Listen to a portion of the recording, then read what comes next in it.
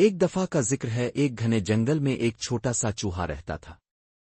اس کے بل کے قریب ایک بڑا اخروٹ کا درخت تھا جس کی شاخیں پکے ہوئے اخروٹوں سے بھری رہتی تھیں۔ چوہا بہت خوش ہوتا تھا جب ہوا سے اخروٹ زمین پر گرتے، وہ ان کے چھل کے کتر کر مزے سے گری کھاتا۔ ایک دن اس نے سوچا، کیوں نہ میں ان اخروٹوں کو جمع کر کے محفوظ کر لوں تاکہ پورے سال ان کا مزہ لیتا رہوں، لیکن اسے انہیں رکھنے کے لیے ایک محفوظ جگہ کی ضرورت تھی۔ چوہے کے بل میں کافی جگہ تھی، لیکن بارش کے دنوں میں پانی بھر جاتا تھا۔ گھومتے پھرتے اسے ایک سوکھے ہوئے درخت کا تنا ملا جو اندر سے کھوکھلا تھا۔ یہ ایک بہترین جگہ تھی۔ چوہے نے فیصلہ کیا کہ وہ یہاں اپنے اخروٹ ذخیرہ کرے گا۔ چوہے نے دن رات محنت کی اور کھوکھلے تنے کو اخروٹوں سے بھر دیا۔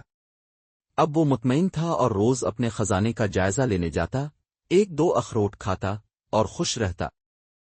ایک دن چوہے نے ایک گلہری کو بلایا اور کہا، میں نے ایک سوکھے درخت کے تنے میں اخروٹوں کا خزانہ چھپایا ہے۔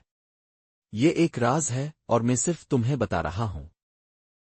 گلہری نے یہ بات سن کر حیرانی سے سر ہلایا، لیکن وہ راز چھپا نہ سکی۔ وہ ایک بلبل کے پاس گئی اور اسے سب کچھ بتا دیا۔ بلبل نے خرگوش کو بتایا، خرگوش نے خارپشت کو اور خارپشت نے فاختہ کو، اور یوں جنگل میں یہ بات ہر طرف پھیل گئی کہ سوکھے درخت کے کھوکھلے تنے میں اخروٹ چھپے ہیں۔ یہ خبر آخرکار ایک چھوٹے چوہے تک پہنچ گئی۔ اس نے فیصلہ کیا کہ وہ جا کر خود اس بات کی تصدیق کرے گا۔ تنے میں اخروٹ دیکھ کر اس کے منہ میں پانی بھر آیا۔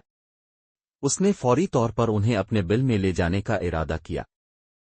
چھوٹا چوہا سارا دن اخروٹوں کو اپنی بل میں لے جانے میں مصروف رہا۔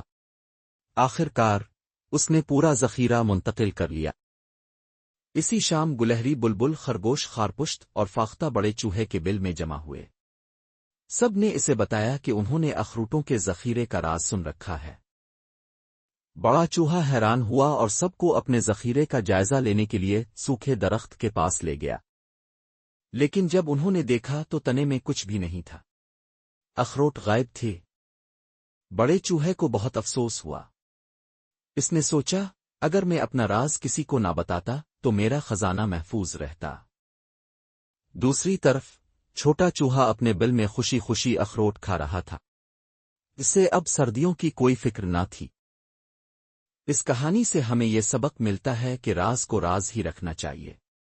اپنی قیمتی چیزوں اور باتوں کو سوچ سمجھ کر شیئر کریں۔ ہماری کہانی سننے کا شکریہ۔ مزید اخلاقی کہانیوں کے لیے ہمارے چینل کو لائک کریں، کمنٹ کریں اور شیئر کریں اور سبسکرائب کرنا نہ بھولیں۔